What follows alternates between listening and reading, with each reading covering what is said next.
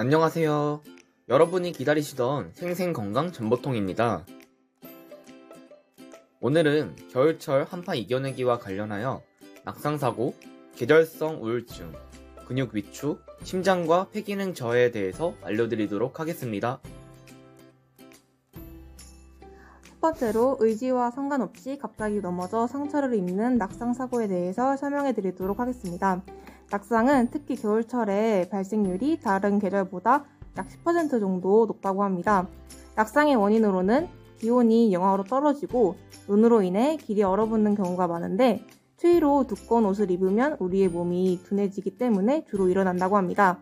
낙상 손상 유형으로는 첫 번째로는 엉덩이 또는 대퇴골 골절이 있는데요. 65세 이상의 노인에서 엉덩이뼈 골절의 90% 이상은 낙상에 의해 발생한다고 합니다.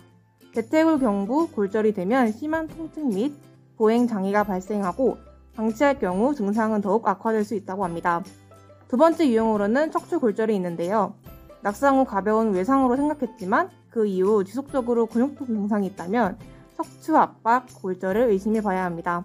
척추 압박 골절은 척추뼈가 부스러진 것이라기보다는 으스러져 납작하게 눌러앉는 증상을 말하며 척추가 눌리면서 심한 경우 으스러진 뼈 조각이 신경으로 튀어나와 신경을 누르게 됩니다.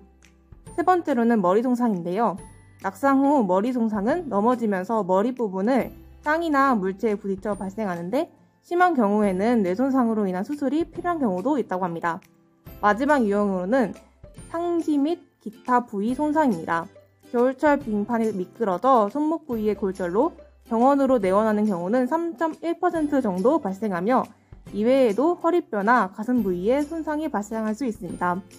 마지막으로 건강보험공단에 따르면 65세 이상 노인의 3분의 1은 매년 1회 이상 낙상을 겪고 낙상 환자의 4명 중 1명은 입원을 한다고 하니 낙상 사고에 유의해야 할 것 같습니다. 네, 다음으로는 겨울철 낙상사고 예방법에 대해서 설명해 드리도록 하겠습니다. 예방법으로는 첫 번째로는 규칙적인 운동하기, 두 번째로는 매년 정기적인 시력 검사하기, 세 번째로는 안전한 가정 환경 만들기, 네 번째로는 복용 중인 약들 중 현기증을 일으키는 약은 없는지 확인하기 등이 있습니다. 우울증에는 다양한 종류가 있습니다. 오늘 알아볼 것은 계절이 변함에 따라 발생하는 계절성 우울증입니다. 주로 가을에 발생하기 시작하고 겨울에 악화됩니다. 가장 큰 원인은 일조량의 감소입니다. 일조량이 감소하면 숙면을 유도하는 멜라토닌과 행복 호르몬인 세라토닌의 분비가 감소합니다. 좋아했던 활동에서 즐거움을 느끼지 못하거나 피로감, 우울감 등의 증상이 2주 이상 지속된다면 우울증을 의심해 봐야 합니다. 우울증은 흔한 병 중 하나입니다. 그러나 흔하다고 해서 치명적이지 않다는 뜻은 아닙니다. 세계보건기구에서 21세기 인류를 가장 괴롭힐 질병 중 하나로 우울증을 지목한 만큼 가볍게 여겨서는 안 됩니다. 우울 증상이 심해지면 기억력과 언어 능력 등 인지 능력이 저하될 수 있습니다. 또한 관절통과 두통, 위경련 등의 신체 증상까지 나타날 수 있으며 약물이나 알코올에 의지하거나 극단적인 선택으로 이어질 수도 있습니다. 지금쯤이면 우울증을 어떻게 치료해야 하는지, 또 치료는 가능한 건지 궁금증이 생기셨을 겁니다. 제가 그 부분에 대해서 설명드리겠습니다. 우울증 환자의 80%는 성공적인 치료가 가능합니다. 하지만 적극적으로 치료하지 않으면 재발할 수 있습니다. 특히 3번 정도 재발하면 90%는 이후에 또 우울증을 앓을 수 있기 때문에 제대로 된 치료를 받으시는 게 중요합니다. 스스로 치료하실 수 있는 방법에 대해 말씀드리겠습니다. 일상에 규칙적인 리듬을 만들면 일반적인 증상을 떨쳐내는데 도움을 줄 수 있습니다.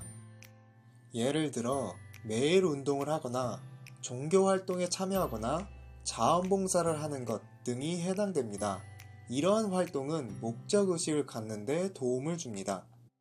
또한 실내 조명을 밝게 유지하는 것이 좋고 되도록이면 혼자 있는 시간을 줄이고 가까운 가족이나 친구에게 도움을 청해 대화를 많이 하시는 것이 좋습니다.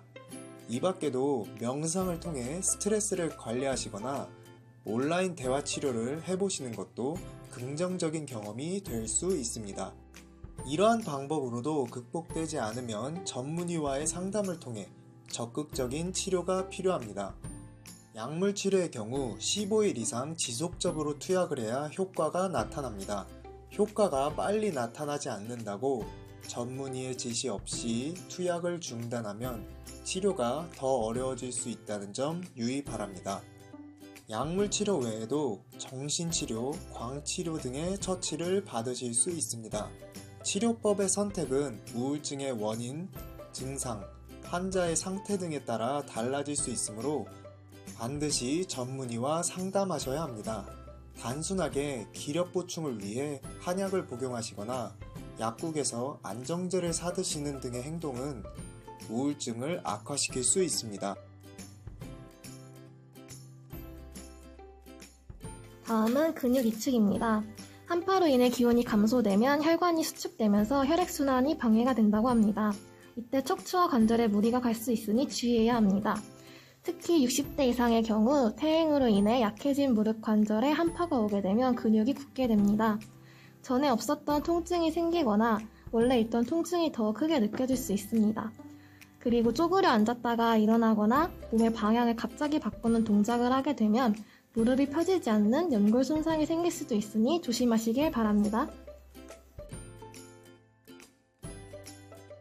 다음으로는 주의사항입니다. 겨울철 기온이 가장 낮은 새벽에는 야외 활동을 자제하시고 방한 용품으로 실내외 온도차를 극복해야 합니다. 비만은 무릎과 허리 건강에 치명적이기 때문에 정상 체중을 유지해야 합니다. 마지막으로 반신욕을 통해 혈액순환 및 관절을 보호할 수 있습니다.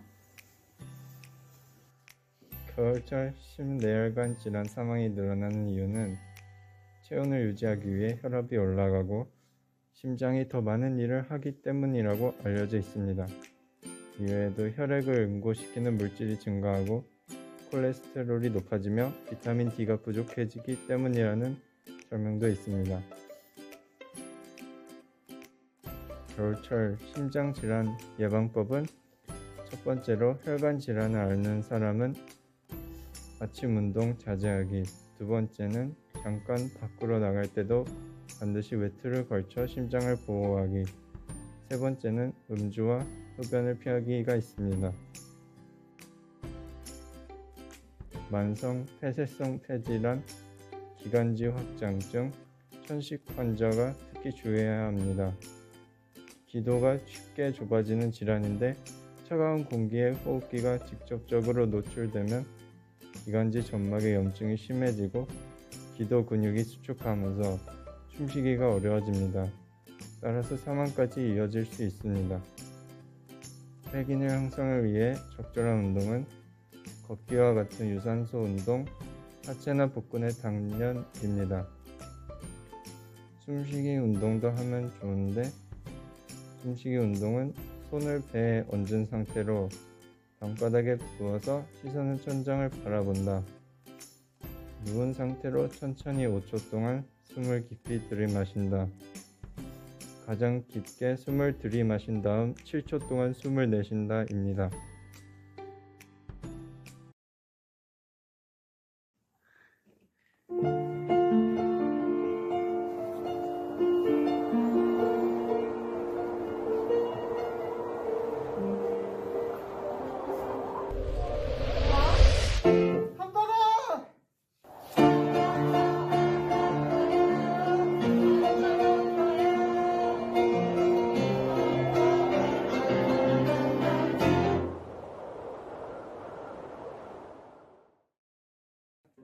어르신들 한번 조심하세요.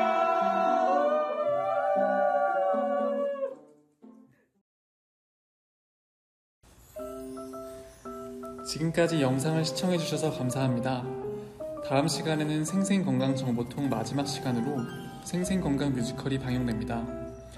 오늘 알려드린 겨울철 건강정보를 토대로 노래를 개사하여 불꽃 연기와 함께 저희가 직접 불러드리겠습니다. 평소에 좋아하시는 노래가 있으시다면 용인시 수지노인복지관 카카오톡 채널 및 유튜브 댓글로 남겨주세요. 마지막까지 많은 시청 부탁드립니다.